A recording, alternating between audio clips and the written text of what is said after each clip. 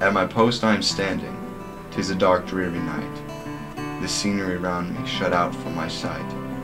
With my gun in my hand I stand thus alone, while my thoughts, they are wandering to the loved ones at home. Perchance in their slumbers they are dreaming of me, while I stand here on picket in old Tennessee.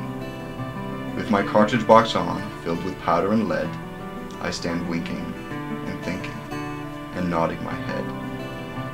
I rouse up again and rub hard my eyes and peep out into the darkness to see rebel spies. Not a sound I can hear, not a soul I can see. There is no one here but grim darkness and me. Alfred Biddleton McCreary, 26th Ohio Volunteer Infantry. McCreary wrote many letters home describing the struggles of being a soldier during the Civil War. His words tell another story too. They tell of a soldier who loved his family and his country, one who fought with pride and determination to uphold the values he held dear. But as McCreary and his fellow soldiers sacrificed in their own way, for others, the cost was even greater.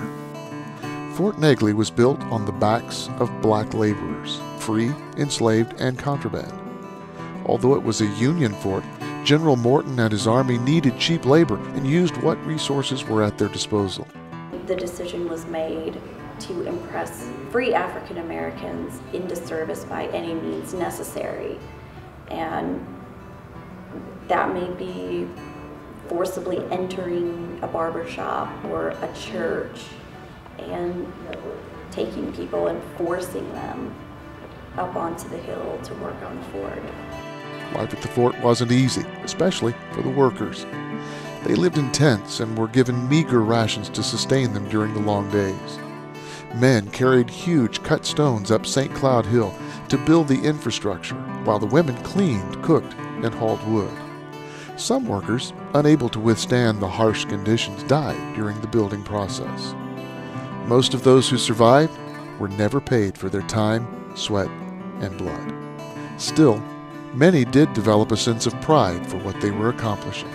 Again, it was a forced type labor, but as time went on, the slaves took on a sense of ownership here at the fort. Once you put a lot of work into something, you kind of take a value out of that. Even under those circumstances, they did their work with pride because they knew they were doing it for their future. When the fort was finished in late 1862, some African Americans stayed on as workers. Others tried their luck with the Union Army. Earlier in the war, the state of Tennessee legalized the drafting of slaves into the Confederate Army. Legislators believed that slaves would remain loyal to their masters and join the Army. What the Confederacy didn't anticipate was the large number that would leave to join the Union instead. And while the Union Army was in need of men, at first they only used the freed slaves as laborers and not soldiers. In 1863, President Lincoln called for 200,000 new troops. Many who volunteered were black. Tennessee formed 3 full regiments of African American soldiers. Life in the Union Army was difficult, regardless of race. Still, the spirit of the soldiers, black and white, shined through in their ability to enjoy themselves, no matter what the conditions. Soldiers found pleasure in any way possible, whether it was music around a campfire or an organized game of baseball. This new American sport, popularized during the war, provided a much-needed escape for weary, homesick men. Though conditions were tough, the soldiers of both races persevered and helped to secure the city for the Union.